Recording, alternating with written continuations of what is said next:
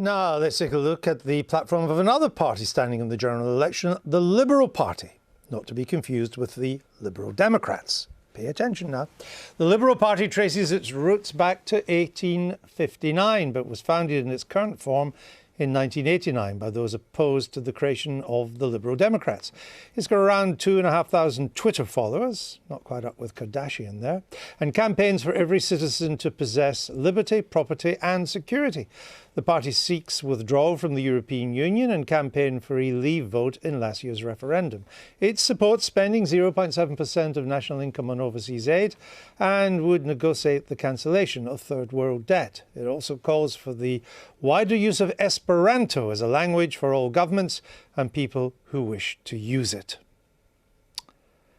So let's now go and speak to the man who represents the Liberal Party. Steve Radford joins us now. Steve Radford, thank you for that. When we think of Liberal Party, we tend to think of the 19th century, of the Liberal Party of Gladstone, which came out of the Whigs. What are the historic and intellectual antecedents for your Liberal Party? Well, I think it's a lot of the Gladstone principles of free trade, simplified taxation, encouraging business are as true and valid and useful for the United Kingdom looking ahead today as it was so many years ago. Now, you call yourselves the real Liberals and not the Lib Dems. Why aren't the Liberal Democrats, which you can draw a line from them back to Mr. Gladstone as well, why aren't they real Liberals? Well, I think there's a mixed bag, and I think there's some colleagues in the Liberal Democrats who I would feel comfortably Liberals. There's others who are openly in this election campaigning on the basis they want a new centre party that's not particularly liberal, probably have Tony Blair as its leader, and they just want centre politics and pro-European centralisation. And I think if we be quite blunt about it, the main difference between the Liberal Party and the Liberal Democrats, the Liberal Party is looking to Britain being a global player, a sovereign country looking out to the world, whilst the Liberal Democrats are really hankering back to sabotage Brexit, and they want a more centralised Europe and would have signed up for the euro and losing control of our economy even more than currently. So there's a clear watershed. OK, well, as you know, we've got Nick Clegg, former leader of the Liberal Democrats here. What do you say to that?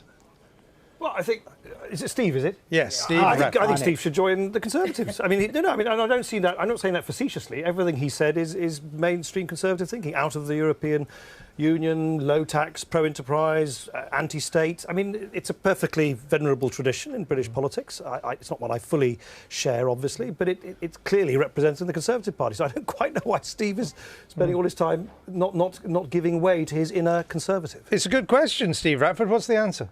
Because on social policies, the Liberal Party is in favour of redistribution of wealth to help the lower paid, which is not a Conservative agenda that's being delivered. And Nick knows that. There's some things where we're going to agree and there's some things we're going to disagree on. And unlike the Liberal Democrats, we've got a policy on taxing inheritances, which are a source of great inequality in British society, and using that to pay for the tuition fees that he said he was going to abolish. So there are differences where I agree with the Lib Dems, and there's differences and similarities where I agree with the Conservatives. But it doesn't stop me being a Liberal and doesn't mean I'm going to join Tony Blair's Centre Party.